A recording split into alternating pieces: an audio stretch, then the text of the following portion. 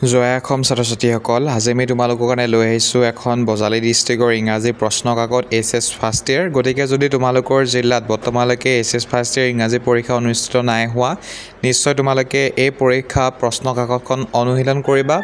আৰু প্ৰশ্ন কাকতখন অনুশীলন কৰিলে তোমালোকৰ টাইম মেনেজমেণ্ট হ'ব, তোমালোকে ইয়াৰ পৰা 2-এটা প্ৰশ্ন কমন পাব পাৰা। গতিকে চাব গ'লে সামগ্ৰিকভাৱে সকলো ফালৰ পৰাই তোমালোকৰ প্ৰশ্ন কাকত যদি তোমালোকে অনুশীলন কৰা তেনেহ'লে লাভান্বিত তোমালোকে হ'বা।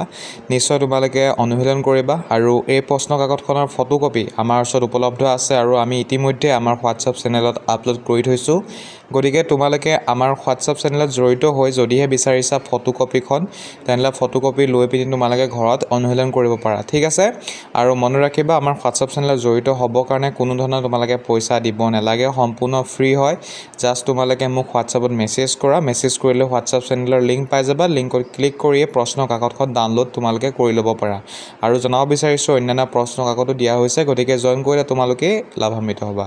ঠিক আছে ছাত্ৰ-ছাত্ৰীসকল, যদিহে তোমালোকে ভিডিঅ'টোৰ পৰা উপকৃত হৈছোঁ বুলি ভাবা 1% হ'লেও নিশ্চয় লাইক কৰি দিবা। আৰু যদি চেনেলটি ছাবস্ক্ৰাইব কৰা নাই, প্ৰথমবাৰ চাই আছা, নিশ্চয় চেনেলটি ছাবস্ক্ৰাইব কৰি ল'বা। গতিকে মোৰ ভইচ ডাবিং ইমানতে সমাপ্ত কৰিছোঁ। নেক্সট ভিডিঅ'ত লগ পোৱা আশাৰে ভিডিঅ'টো চোৱাৰ কাৰণে তোমালোকক ধন্যবাদ। জয় অসম।